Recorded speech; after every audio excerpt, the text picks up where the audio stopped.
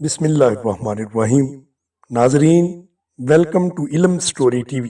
کہتے ہیں کہ ایک دن شہنشاہ ہندوستان اورنگزیب عالمگیر اپنے دیوان عام میں جلوہ گستر تھے کہ نقیب نے آواز دی، جہاں پناہ ایک فریادی محل کے دروازے پر کھڑا ہے، باریاب ہونے کی اجازت چاہتا ہے، حکم ہوا باریاب کرو۔ چند لمحے بعد ایک ادھیڑ عمر کا آدمی دربار میں داخل ہوا۔ شہنشاہ نے اس پر نظر ڈالی اور اس سے بیٹھنے کا اشارہ کیا۔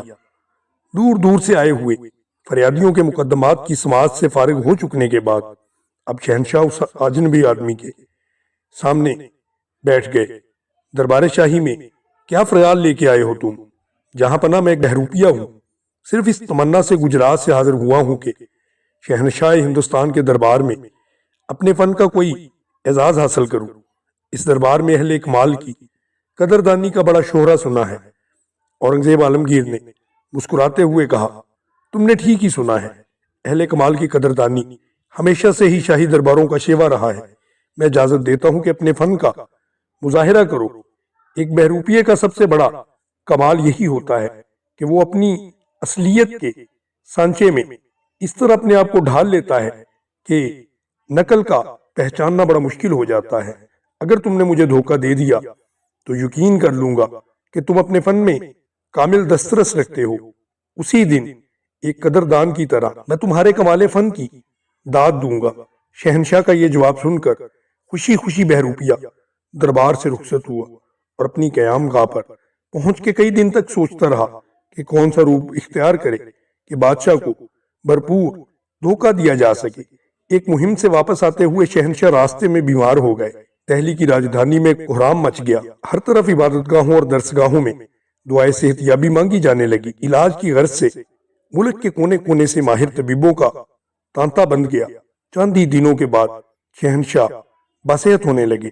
غسل صحت کے دن ساری راجدھانی خوشی کے شادیانوں میں ڈوب گئی۔ بیماری سے صحت یابی کے بعد آج پہلی مرتبہ شہنشاہ دربار میں آئے اور دربار کھچا کھچ بھرا ہوا تھا۔ ہر شخص بادشاہ کی آمد کا منتظر تھا۔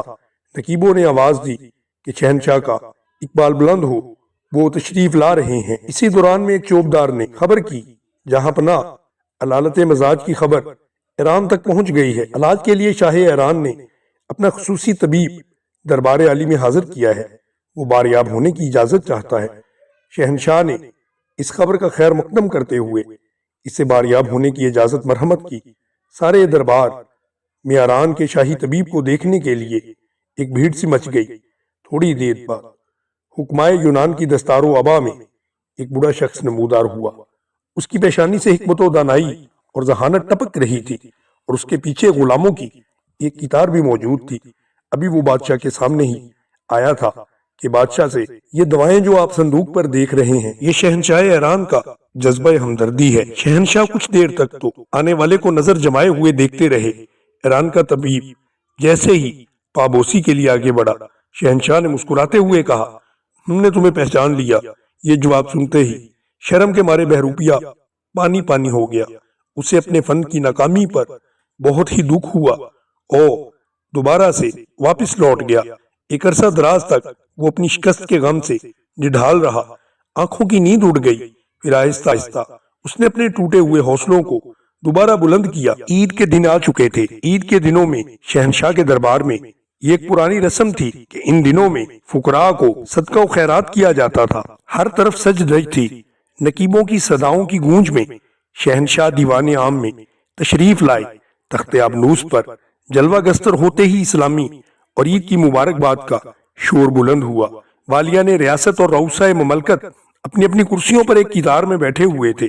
باری باری ایک ایک کر کے سب نے بادشاہ کے حضور اپنی نظر نیاز پیش کی۔ آخر میں ترکستان کا ایک جوہری اٹھا اور اس نے شہنشاہ کے حضور میں ایک چھوٹا سا صندوق پیش کرتے ہوئے کہا، اس میں بدخشاں کا وہ لال ہے جو 1000 سال تک مریخ کی خنک چاندنی میں پرورش پاتا رہا، تب جا کر آج اسے پائیگاہ علی تک پہنچنے کا اعزاز حاصل ہوا ہے۔ کوکب اقبال کی تاب ان کی سلامت رہے۔ بزم فلک کا یہ پروردہ نگینہ اس وقت روئے زمین پر ایسا ہی منفرد اور لاشریک ہے جیسے جہاں پناہ کی ستوت شاہانہ۔ میں فروائے روا ہند کے حضور میں یہ تحفہ